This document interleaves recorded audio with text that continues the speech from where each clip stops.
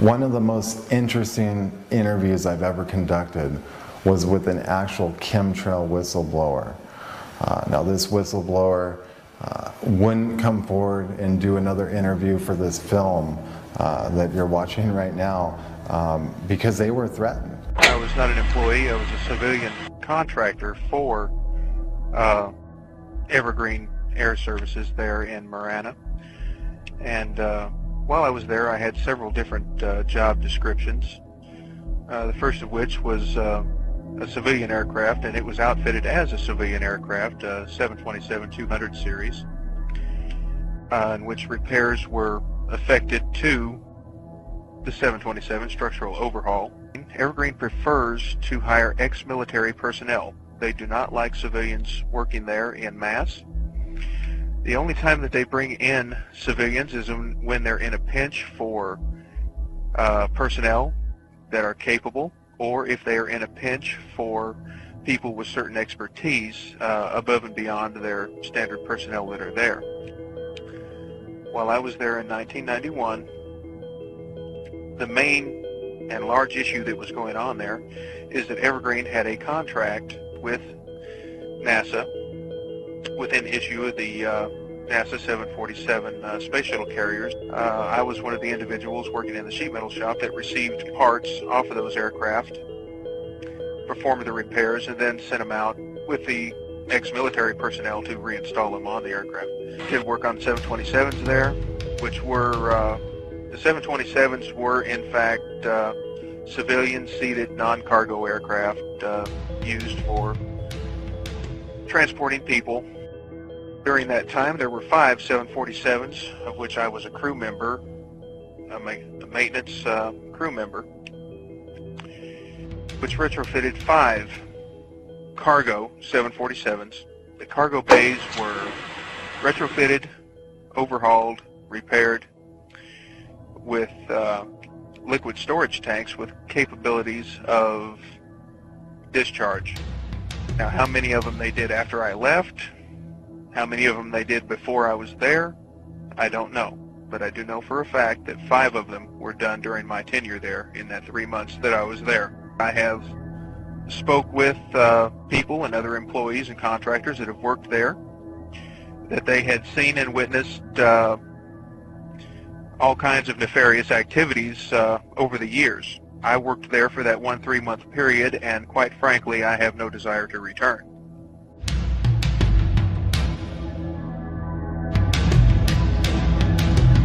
At night, those aerosols act as a blanket and they trap heat and actually exacerbate global warming. We've seen a great increase in nighttime highs since these programs have really been ramped up in the past 10 to 15 years.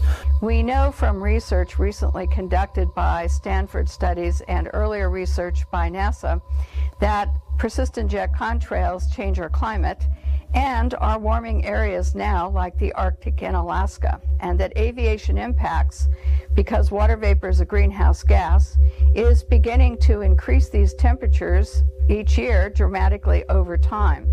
The issue becomes for all of us with water vapor is that it's a greenhouse gas, it's one of the major players in warming, and the jets producing the man-made clouds, according to NASA, are increasing warming. The powers that be do not want to talk about water vapor and its impacts because we could take care of that problem right now very easily by putting restrictions on the amount of water vapor that aviation produces.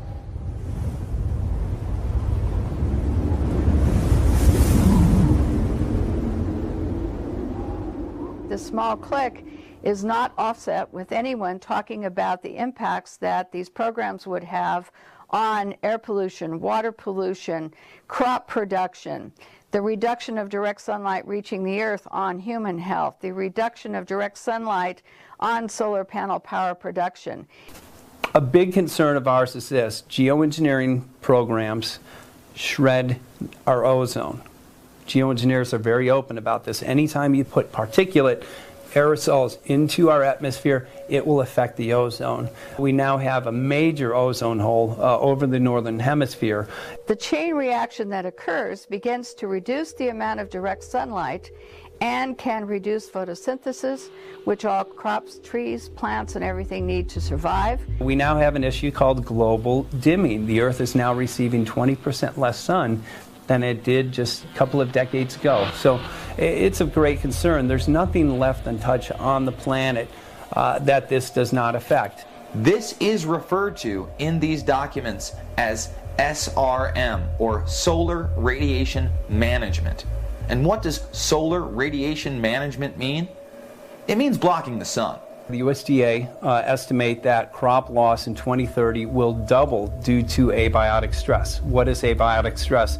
Abiotic stress is everything that chemtrail geoengineering programs create. It's the drought conditions, it's heavy metal contamination, it's too much moisture, it's also fungal overgrowth. Because our sun is blocked, we have an overgrowth in fungus, which is destroying a lot of our crop.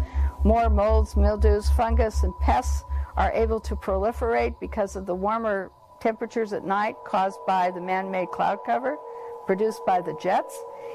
Geoengineers are very open about the fact that geoengineering creates drought. And if you look at the global drought monitor, most of the world now is in drought. Geoengineers state that geoengineering will create droughts in Africa and Asia. Guess what? We have droughts in Africa and Asia.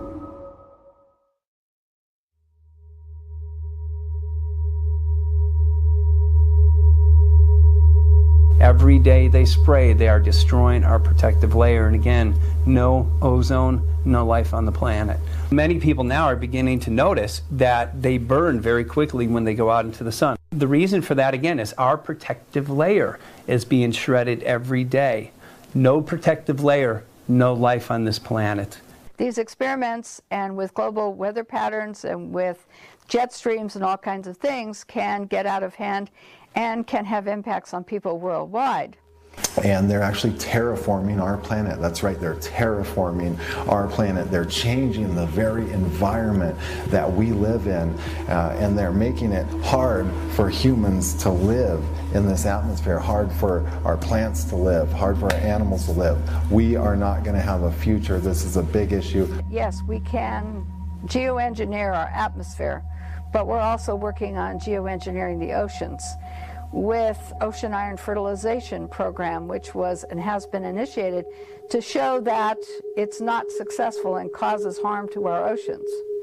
We're seeing the ramifications of this geoengineering in our everyday lives.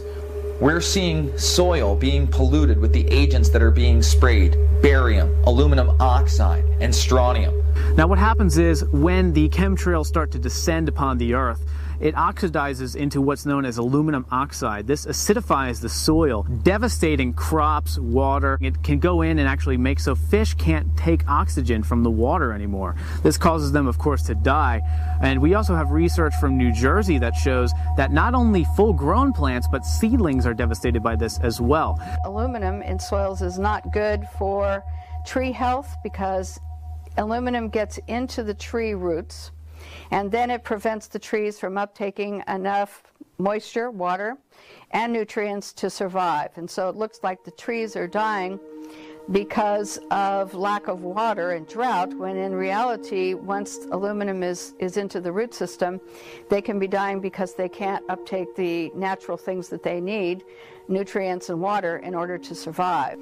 The Texas Weather Modification Board has authorized the use of sea salt as a particulate that's used. Well, every time those clouds rain out after they have been seeded with salt, salt reaches the earth. And it's going to have its impact on freshwater systems, marine life, agriculture, crop production, because the more salt in the soil you have, the less productive it becomes. Through the sterilization of our soils and thus the destruction of our crops, natural organic farmers are now having a difficult time growing natural organic food. I mean, we have percolate in the vegetables.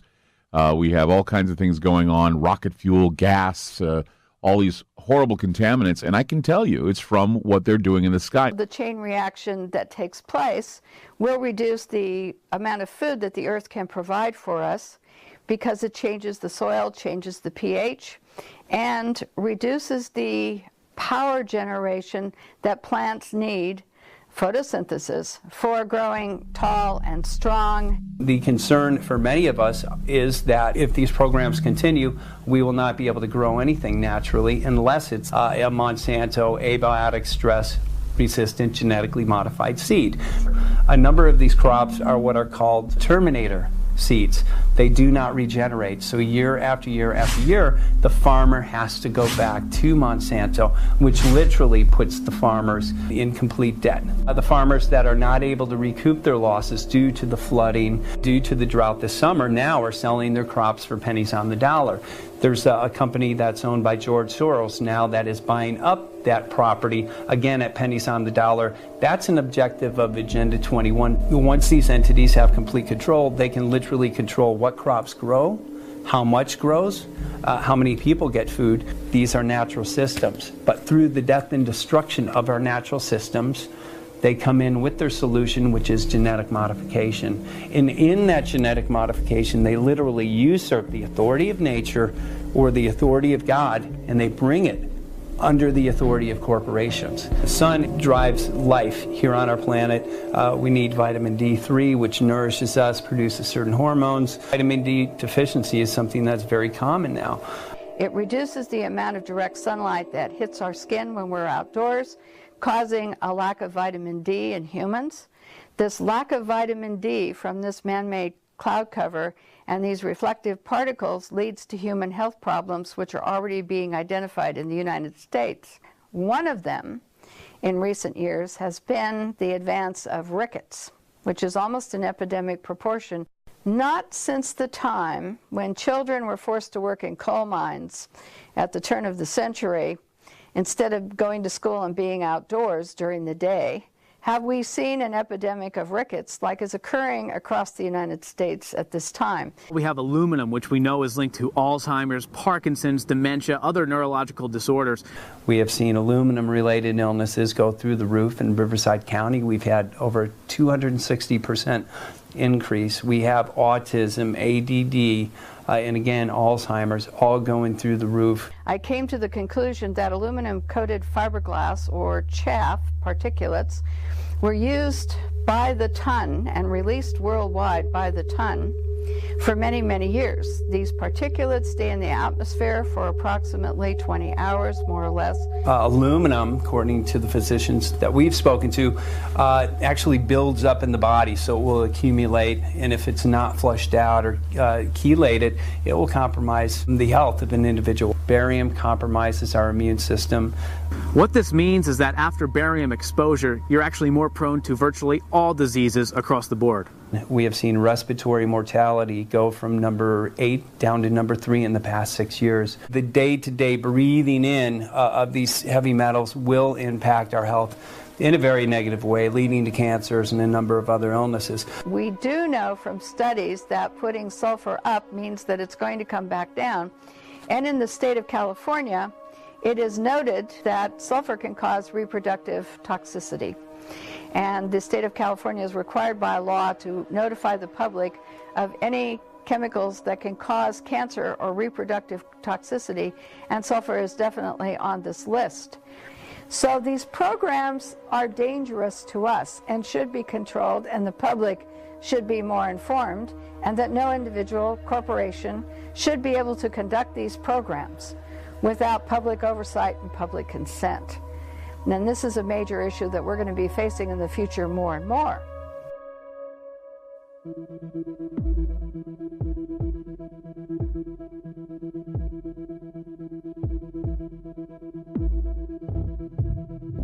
We're headed up to Mohaven County, Golden Valley, Arizona right now. We're going to meet Aldi Chico. This guy has had blood tests done. He's actually found toxins in his blood. He believes it's related